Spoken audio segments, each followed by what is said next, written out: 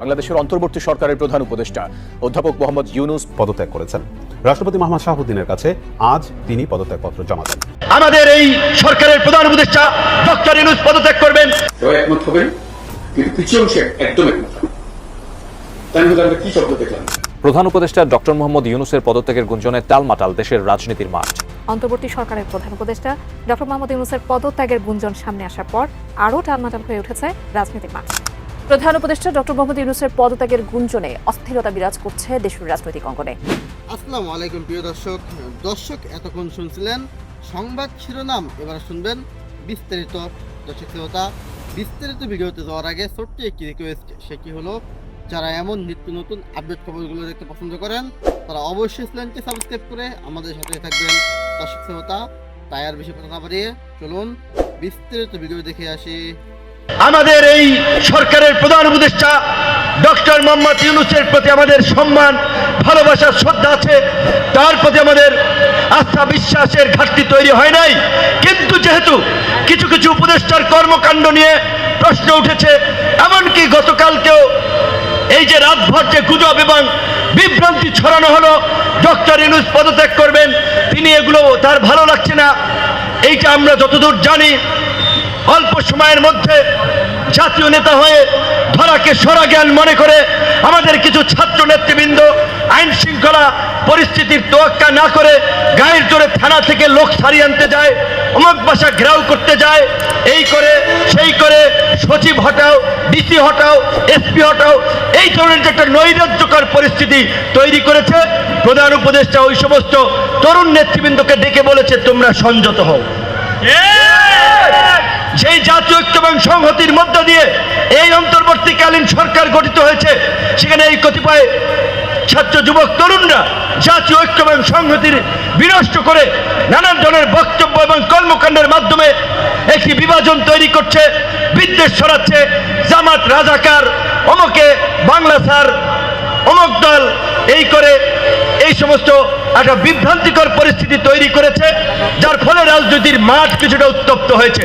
বিশেষ করে ঢাকা মহানগর দক্ষিণের মেয়র আদালত ঘোষণা করেছে ইশরাক হোসেনকে, সেটি যখন এই এনসিপির নেতা ছাত্র উপদেষ্টা আসিফ যখন ইশরাককে বসতে দেবে না, এখন বিএনপি একটা বড় দল, তাদের যদি আদালত রায় দেয়, সরকারের একজন উপদেষ্টা যদি সেটার বিরুদ্ধে যায়, সেটা তো বিএনপি মেনে নেবে না। যার ফলে ঢাকায় কয়েকদিন ব্যাপী আন্দোলন হয়েছে। তাহলে এই পরিস্থিতিটা কে তৈরি করলো? এই নাবালক পোলাপান, এই উপদেষ্টা। এই কারণে আমরা বলেছি পরিষ্কারভাবেই অভিজ্ঞ ম্যাচিউর ব্যক্তি, দূরদর্শী ব্যক্তিদের নিয়ে এই উপদেষ্টা পরিষদ পুনর্গঠন করেন এবং আপনারা সাধারণ মানুষ হন, রাজনৈতিক নেতা হন, দেশের ভালো মন্দের দায়িত্ব প্রত্যেকটি নাগরিকের। এই জুলাইয়ে শেখ হাসিনাকে উৎখাত করার শক্তি কারো বাপের ছিল না, কোনো ছাত্র নেতা, কোনো দলের ছিল না, যদি এই দেশের আম জনতা রাজপথে না নেমে আসতো। কিন্তু এখন যদি কথা বলি তাহলে কি দোষ হইবে? এই 2-3 দিন আগে গুলিবিদ্ধ আহত কয়েকজনকে থাইল্যান্ড পাঠানো হয়েছে, তার জীবনটা শেষ করে এই 9 মাস পরে তাকে চিকিৎসার জন্য পাঠানো হয়েছে। তাকে কেন 9 মাস পরে চিকিৎসার জন্য পাঠানো হলো? কেন তাকে প্রথম 1 মাসেই পাঠানো হলো না? কয়টা ছেলে আহত ছিল? যদি 100 ছেলের পেছনে 1 কোটি করে টাকা খরচ যেত, 100 কোটি টাকা। আরে ভাই, এই রাষ্ট্রের হাসিনার আমলে ওই বসুন্ধরা হাজার হাজার কোটি টাকা লুটপাট করে পাচার করেছে। ওই সালমানে রহমান একাই 36,000 কোটি টাকা পাচার করেছে। ওই পিকে হালদার একাই 10,000 কোটি টাকা পাচার করেছে। আর আজকে যাদের রক্তের বিনিময়ে জুলাই, যাদের রক্তের বিনিময়ে আজকে আমরা এই নির্বিঘ্নে সভা সমাবেশ করতে পারছি, আজকে যদি হাসিনার পতন না হতো, এই সভা সমাবেশ আমরা এইভাবে করতে পারতাম? ছাত্রলীগ, যুবলীগ, পান্ডা লীগ, ঝান্ডা লীগ এসে ঝামেলা করতো, পুলিশকে দিয়ে বলতো অনুমতি নাই, গ্রেপ্তার করে গাড়িতে তুলতো। এই কৃতজ্ঞতা তো এই মানুষের প্রতি আমাদের স্বীকার করতে হবে। কাজী এই জুলাই বিপ্লব নিয়ে ধান্দাবাজি, চেতনাবাজির রাজনীতি করবেন না। যদি ধান্দাবাজি, চেতনাবাজির রাজনীতি করেন, ওই যে পাবলিক বোতল মারা শুরু করছে, ওইটা কিন্তু আরো সামনে চলবে। আমরা ডক্টর মোহাম্মদ ইউনূসকে বলবো, আপনি যদি কোনো সমস্যা বোধ করেন, আপনি যদি রাষ্ট্র পরিচালনায় কোনো চ্যালেঞ্জ বোধ করেন, সমস্ত রাজনৈতিক দলের শীর্ষ নেতৃবৃন্দকে আপনি ডাকেন, তাদের সাথে খোলামেলা আলোচনা করেন। আজকে আমরা সমস্ত রাজনৈতিক দল যদি এই সরকারকে সাপোর্ট না করি, সরকার টিকতে পারবে না। তো আমরা তো সবাই রেডি, আমরা সবাই রেডি আপনাকে সহযোগিতা করার জন্য।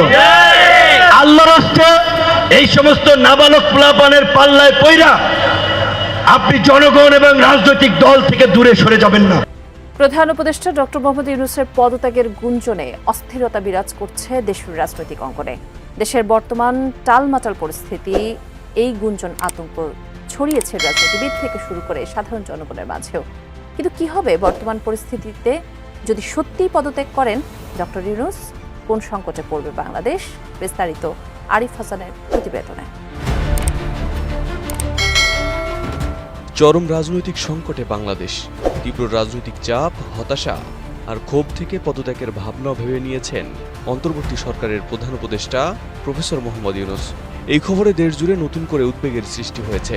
রাজনীতিবিদ, অর্থনীতিবিদ ও বিশ্লেষকদের আশঙ্কা, তিনি পদত্যাগ করলে দেশে বড় ধরনের অস্থিরতা তৈরি হতে পারে, যা ভবিষ্যতের জন্য ভয়ঙ্কর পরিণতি ডেকে আনবে। জুলাই মাসের গণ অভ্যুত্থানের পর অন্তর্বর্তী সরকার গঠিত হয়, যেখানে ডক্টর ইউনূসকে প্রধান উপদেষ্টা হিসেবে দায়িত্ব দেওয়া হয়। প্রথম দিকে বিএনপি, জামাত, এনসিপি, ছাত্রনেতা সহ বিভিন্ন রাজনৈতিক শক্তি এই সরকারকে সমর্থন জানালেও বর্তমানে সরকারের বিরুদ্ধে পক্ষপাত, ব্যর্থতা ও সমন্বয়ের অভাবের অভিযোগ তুলছে তারা। গত বৃহস্পতিবার প্রথমবারের মতো প্রকাশ্যে আসে ডক্টর ইউনূসের পদত্যাগের আলোচনা।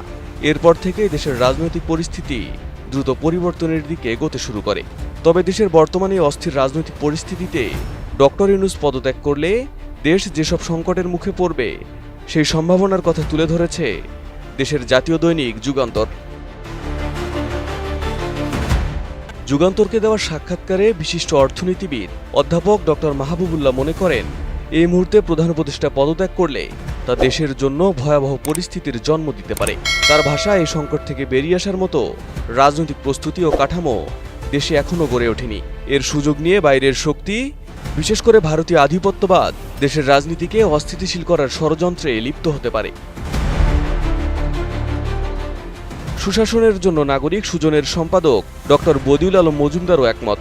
তিনি বলেন, বর্তমান রাজনৈতিক ও অর্থনৈতিক প্রেক্ষাপটে ডক্টর ইউনূস পদত্যাগ করলে দেশ অকার্যকর রাষ্ট্রে পরিণত হতে পারে। এর পরিণতি এই প্রজন্মকে দীর্ঘদিন ভোগ করতে হবে। ফ্যাসিবাদ বিরোধী শক্তিগুলোর মধ্যে দ্বন্দ্ব যত বাড়বে, পরিস্থিতি ততই ঘোলাটে হবে এবং প্রতিপক্ষ শক্তিগুলো সুবিধা নেবে। বিশ্লেষকরা বলছেন, এমন এক সময়ে এই সংকট দেখা দিয়েছে যখন জনগণ জুলাই অভ্যুত্থানের পর নতুন এক বাংলাদেশ গড়ার স্বপ্ন দেখছিল। কিন্তু পরবর্তী সময়ে সরকারের কিছু সিদ্ধান্ত, উপদেষ্টাদের ভূমিকা নিয়ে নানা প্রশ্ন ওঠে। বিশেষ করে করিডোর ইস্যু, চট্টগ্রাম বন্দর ব্যবস্থাপনা বিদেশিদের হাতে তুলে দেওয়ার মতো গুরুত্বপূর্ণ বিষয়ে সরকারের অবস্থানের বিরোধিতা করে অনেক রাজনৈতিক দল।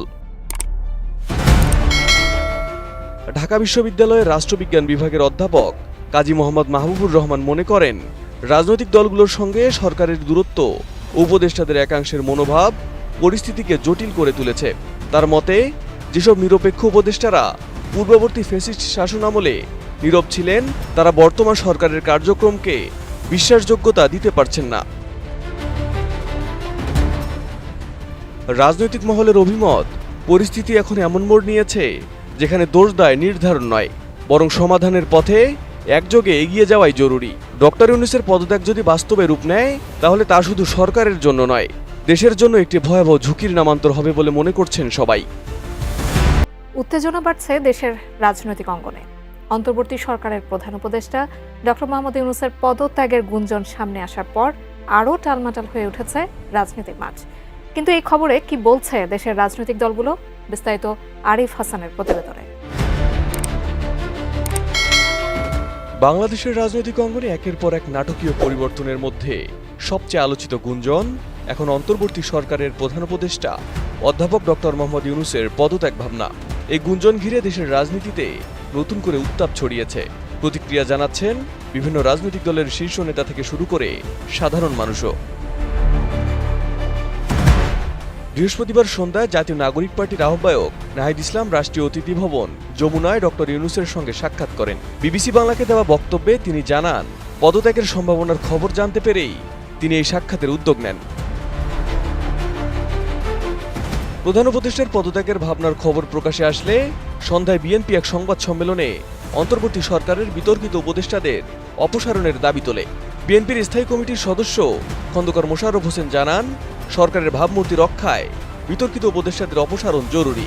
এছাড়া জাতীয় নিরাপত্তা উপদেষ্টার বক্তব্য নতুন করে বিতর্কের জন্ম দিয়েছে বলে মন্তব্য করেন তিনি। এদিকে বিএনপির নেতা ইশরাক হোসেনের সমর্থকরা কয়েকদিন ধরে ঢাকার রাজপথে বিক্ষোভ করছেন। তারা স্থানীয় সরকার উপদেষ্টা আসিফ মাহমুদ এবং তথ্য উপদেষ্টা মাহফুজ আলমের পদত্যাগের দাবি তুলেছেন। মূলত ঢাকা দক্ষিণ সিটি কর্পোরেশনের মেয়র হিসেবে ইশরাকের শপথ দাবি থেকে শুরু হয়ে এই আন্দোলন দুই উপদেষ্টার বিরুদ্ধে সরাসরি অবস্থানে গিয়ে দাঁড়ায়। বিএনপির এই দাবির বিপরীতে পাল্টা দাবি তুলেছে জাতীয় নাগরিক পার্টিও। দলটির মুখ্য সমন্বয়ক নাসির উদ্দিন পাটোয়ারি অন্তর্বর্তী সরকারের ৩ উপদেষ্টা আসিফ নজরুল, ওয়াহিদউদ্দিন মাহমুদ এবং সালেউদ্দিন আহমেদকে বিএনপির মুখপাত্র আখ্যা দিয়ে তাদের পদত্যাগে বাধ্য করার হুঁশিয়ারি দিয়েছেন। এদিকে দেশের রাজনীতির টালমাটাল পরিস্থিতিতে আবারও জাতীয় ঐক্যের ডাক দিয়েছেন এনসিপির দক্ষিণ অঞ্চলের মুখ্য সংগঠক হাসনাত আব্দুল্লাহ। এক ফেসবুক পোস্টে তিনি বলেছেন, দেশ ও জাতির স্বার্থে আমাদের বিভাজন ভুলে এক হতে হবে, না হলে ফেসিবাদ আবারও আমাদের গ্রাস করবে। দেশের রাজনৈতিক এই অস্থিরতায় জামায়াতে ইসলামীও সরব হয়েছে। দলটির আমির শফিকুর রহমান প্রধান উপদেষ্টাকে সর্বদলীয় বৈঠক ডাকার আহ্বান জানিয়েছেন। জামায়াতের বিবৃতিতে বলা হয়, চলমান সংকট উত্তরণে এই বৈঠক জরুরি। এদিকে অন্তর্বর্তী সরকারের 2 উপদেষ্টা ফেসবুক স্ট্যাটাসে তাদের অবস্থান ব্যাখ্যা করেন।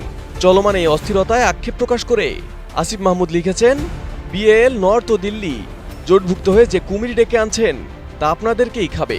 তিনি আরো বলেন, আমাদের না আছে মরার ভয়, না আছে হারবার কিছু। এদিকে তথ্য উপদেষ্টা মাহফুজ আলম তার অতীত ভুলের জন্য দুঃখ প্রকাশ করে স্ট্যাটাস দিয়েছেন। স্ট্যাটাসে তিনি উল্লেখ করেছেন, ব্যক্তির আদর্শ আবেগের চেয়ে দেশ বড়। বিভাজনমূলক যে কোনো বক্তব্যের জন্য তিনি আন্তরিকভাবে দুঃখিত। তিনি আরো বলেন, ভবিষ্যৎ রাষ্ট্র যেন গণতান্ত্রিক ও অন্তর্ভুক্তিমূলক হয়, সেজন্য বিভেদকামী স্লোগান পরিহার করার আহ্বান জানান তিনি। প্রধান উপদেষ্টা ডক্টর মোহাম্মদ ইউনূসের পদত্যাগের গুঞ্জনে টালমাটাল দেশের রাজনীতির মাঠ। এই খবর প্রকাশ্যে আসার পর উত্তেজনা ছড়িয়ে পড়েছে রাজনৈতিক অঙ্গন থেকে শুরু করে সাধারণ জনগণের মাঝে। কিন্তু আদৌ কি এমন সিদ্ধান্ত নেবেন প্রফেসর মোহাম্মদ ইউনূস? বিস্তারিত আরিফ হাসানের প্রতিবেদনে।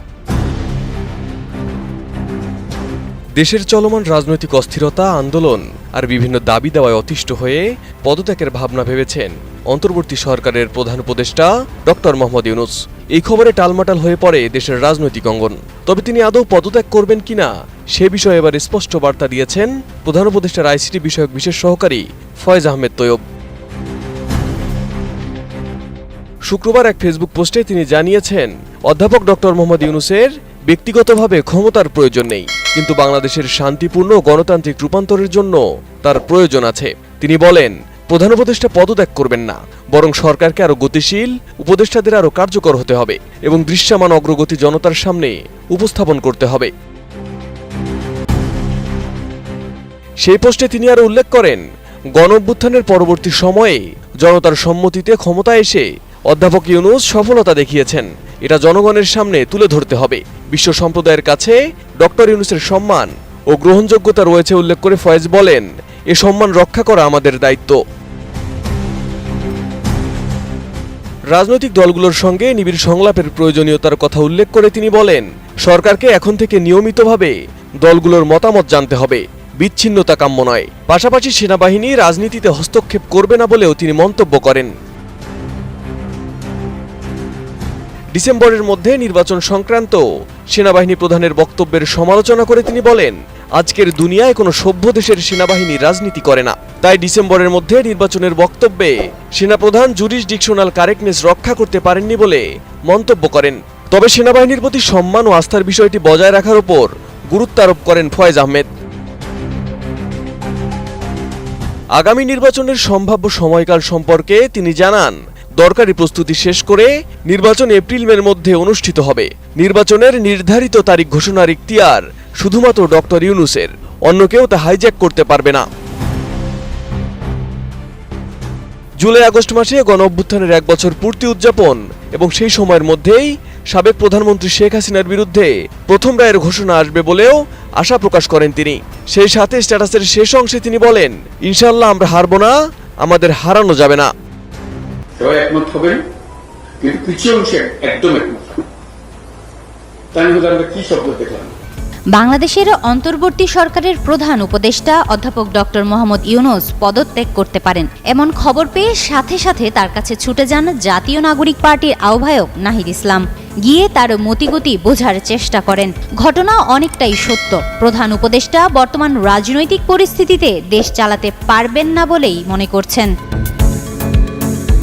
বৃহস্পতিবার সন্ধ্যায় প্রধান উপদেষ্টার বাসভবন রাষ্ট্রীয় অতিথি ভবন যমুনায় গিয়ে তার সাথে সাক্ষাৎ করেন এনসিপির আহ্বায়ক নাহিদ ইসলাম।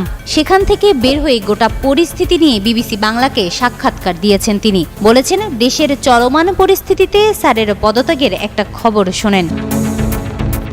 প্রধান উপদেষ্টা দেশের চলমান পরিস্থিতিতে কাজ করতে পারবেন না এমন শঙ্কা প্রকাশ করেছেন বলে জানিয়েছে নাহিদ ইসলাম।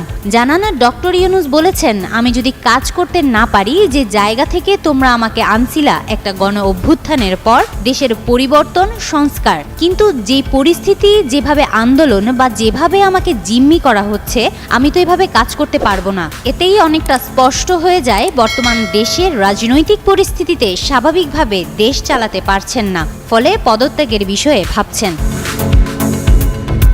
তবে প্রধান উপদেষ্টাকে পদত্যাগের মতো সিদ্ধান্ত না নিতে আহ্বান জানিয়েছেন নাহিদ ইসলাম। পদত্যাগের বিষয়ে প্রধান উপদেষ্টার এখনকার মনোভাবের বিষয়ে নাহিদ বলেন, এখন যদি রাজনৈতিক দল তার পদত্যাগ চায়, সেই আস্থার জায়গা, আশ্বাসের জায়গা না পাইলে উনি থাকবেন কেন? বৃহস্পতিবার অন্তর্বর্তী সরকারের 2 জন উপদেষ্টা এবং জাতীয় নিরাপত্তা উপদেষ্টার পদত্যাগ বা অব্যাহতি চেয়েছে বিএনপি। এ নিয়ে আন্দোলনও করে দলটি। এই জাতি মজবুত অবস্থাতে আমরা এখনো আছি, সেই মজবুত অবস্থাতে আমরা আছি এবং থাকবো। কেউ আমাদের ঐক্য ছিনিয়ে নিতে পারবে না, কেউ আমাদের স্বাধীনতার থেকে আমাদেরকে বঞ্চিত করতে পারবে না। দর্শক, আশা করি সম্পূর্ণ ভিডিওটি না টেনে দেখেছেন এবং এই ভিডিওটি থেকে আশা করি আপনারা অনেক কিছুই বুঝতে পেরেছেন। দর্শক শ্রোতা, এই ভিডিওটি থেকে আপনার যদি কোনো মতামত থেকে থাকে, তাহলে আপনার মূল্যবান মতামতটি অবশ্যই কমেন্ট করে জানিয়ে দেবেন। আজকে ভিডিওটি পর্যন্তই, দেখা হবে পরবর্তী ভিডিওতে। সে পর্যন্ত ভালো থাকুন, সুস্থ থাকুন, আল্লাহ হাফেজ।